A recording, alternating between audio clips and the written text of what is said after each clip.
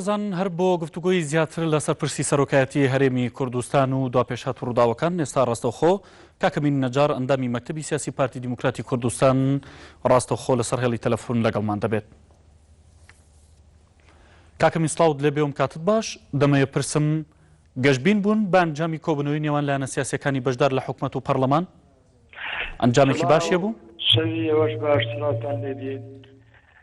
بەتاکید پرسی سەرۆکایەتی هەرێم پرسیی گرنگە ماوەیەکە مناقەشە و وەکو جەدەل لە نێو حزبەکاندا هەیە لەسەر ئەو پرسە و ئەمڕۆ هیچ کاری باش کرایە. ئەمڕۆ دوو کۆبوونەوەی گرنگکە یەک کۆبوونەوەی ئەو لایەنانەی کە لە دەرەوەی حکوومەتێن کۆبوونەوەیەکی تری پێنجسپۆڵی کرا و مناقەشە و چی گفتوگۆی هەموو لایەک لەسەر کرا و هەوڵ دەدرێ بگەینە ڕێگا چارەیەک بۆ ئەوەی کۆتایی پێبێتن و بە شێوەیە کۆتایی پێبێ کە هەموو لایەنەکان لەسەری ڕازی بن. شێوەیەکی وا دروست دەبێت کە هەموو لایەنەکان لەسەری ڕازی بن؟ قەناعەتم وایە ڕازی بن و ئەگەر بێت و بەرژەوەندی وڵاتیش بەرژەوەندی کوردستان لەبەر چاو بگرین لەو بارود و خەی کە ئێستا ئێمە تێداینا حەقا بگەینە قەناعەتێک هەموو لایەکمان شرد نییە ئەوانەی دەستن دانوستان هەموو داواکاریەکانی وان جێبەجێ بکرێت دەبی هەندێکمان لە داواکاریەکانی خۆمان تەنازول بکەن هەموو لایەک. پارتی لە چی تەنەزول دەکات لە بەرەم هەستە و ئەم دۆخە؟ پارتی لە چی تەنەزول دەکات کاکەمین نەجار؟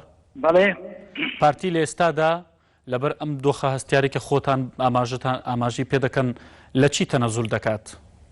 دەزانیت چیە لەناو گفتوگۆکان وەفدی دانوستانی ما گفتوگۆ دەکا کە گفتوگۆ دەکەین مەسەلان دەبی ئێمە هەندێک شت هەیە تەنازولی لێ بکەین ئەوانەی تر تەنازولی لێک بکەین تەنازول نییە بۆ ئەوەی لە یەکتر نزیک بینەوە بگەینە یەکتر شتنی هەموو داخوازەکان ئێمەیان هەموو داخوازەکانی لایەنەکانی تر دێبەجێبی ئەم پرسەشی گرنگە پەیوەندی بە هەموومانەوە هەیە بەتەنها پەیوەندی پارتی دیموکراتی کوردستانەوە نییە.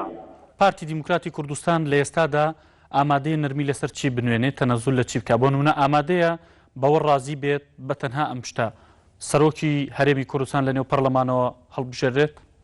زانی پارتی نەیکردە فەرز سەرۆکی پەرلەمان لە شێ هەڵبژێردرێت بەڵام پارتی دەرێ سەرۆکی هەرێم جارێک لە ناو پەرلەمان هەڵبژێردرا داوا کرا بچێت لە ناو خەڵک هەڵبژێردرێ ئەو دەسەڵاتە ئەو هەقادرا خەڵکی کوردستان جارێکی تر بەبێ ئەوەی پرس بە خەڵکی کوردستان بکرێ ئەو حەقایان لێبستندرێتەوە ئەوە شێوازشی دیموکراسی نییە. ئەگەر بمانەوێت سەرۆک بێتەوە ناو پەرلەمان پێویستە استفتایەک بکەین لە خەڵکی کوردستان بپرسین ئایا دەتانەوێت سەرۆک لە پەرلەمان هەڵبژێردرێیان بە ناو خەڵک چکە ئەوە حەقێکی مختصر درایە بە هاوڵاتیانی خەڵکی کوردستان لە ڕووی یاساییەوەش وایە. ئەوجا ئەگەر خەڵکی کوردستان پێیان باش بوو لە دەرەوەی پەرلەمانوی هەرمان ئەمان نییە لە ناوەی پەرلەمانوی هەرمان ئەمان نییە. باش لەبەر دۆخەکەی ئێستا و ئەو حاڵتانی کە خودی پارتی دیموکراتی کوردستان ئاماژەی پێ دەکات لەم داواکاریە بە هیچ جۆرە نەرمی نانوێنن سوورن لەسەرەمە کە دەبێت خەڵک لەسەرەمە بڕیار بدات؟ ئەمە پرۆژەی پارتیە ئەوە پرۆژەی پارتیە پارتی ئەوەی داوا کردیا ئەوەی پێ باشەوە ئەگەر خەڵکی کوردستان ڕەئیدا خەڵکی کوردستان پێی باش نەبووی مەش پێمان باش نییە بەڵام ئەوە حەقی خەڵکە ئێمە پێمان باش نییە و ئەو مافەلە خەڵک بستێنرێتەوە. باش درەنگ نەبوو بۆ پرۆژەکەی پارتی دیموکراتی کوردستان؟ پارتی پرۆژەی لەمێژە داوەتە حیزبەکان لەمێژە پرۆژەی پێشکەش کردێ لە ڕاگەیاندنەکانیش خوێندرایتەوە پرۆژەکەی پارتی وە نییە پارتی پرۆژەی نەبوو بێ. بەڵام لایەنەکان دەڵێن پارتی دیموکراتی کوردستان پرۆژەی نەبوو. لایەنەکان دەڵێن پارتی دیموکراتی کوردستان پرۆژەی نەبووە. شتێکی نووسایی وەکو ئەم شەوی نەبوو. ئێوە تەنجار خوێندرایتەوە لە هەموو تەلەڤیزیۆنەکان پرۆژەی پارتی خوێندرایتەوە بەڵام ئێمە دەمانوی سازان لە دەرەوەی پەرلەمان بکرێت بۆیە پرۆژەکەی خۆمان نەدایتە پەرلەمان چونکە لە ناو پەرلەمان بەتەنها ئەو کێشە چارەسەر ناوی ئەو کێشە ئەگەر چەند لایەنی قانونی هەبی ئەوەندەش لایەنی سیاسی هەیە خۆماوە ئەوە دەزانین ئەحزابی سیاسی کوردستانیش ئەوە دەزانن بۆیە ئێمە پرۆژەکەی خۆمان نەدایتە پەرلەمان چونکە وا دەبینی ئێستا جەدەلەکە لە ناو ئەحزابی سیاسیە تا لە دەرەوەی پەرلەمان اتفاق نەکرێ ئەو پرۆژە لە پەرلەمان یەکلە نابێتەوە بۆیە نەماداوە بە پەرلەمان ئەگەر پرۆژەمان هەبوو بڵاویشمان کردوێتەوە. داشتانە بە لایەنە سیاسیەکان؟ هەمیان لایەتیان و بڵاویش کرایتەوە.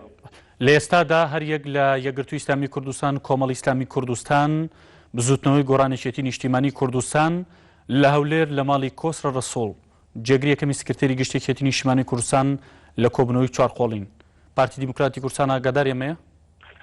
قەناعەتی من ئەوانیش دەیانەوێ ئێستا لە دوو حەل دەگەڕێن ئەوانیش گفتوگۆ دەکەن من قەناعەتم وایە ئینشاءڵڵا لە بەیانی دوو بەیانی دەگەینە ئیتیفاق و ئەو کێشەیە کۆتایی پێدە و چارەسەر دەکرێتەوە ڕێی منەوە و ڕێی شەخسی خۆم.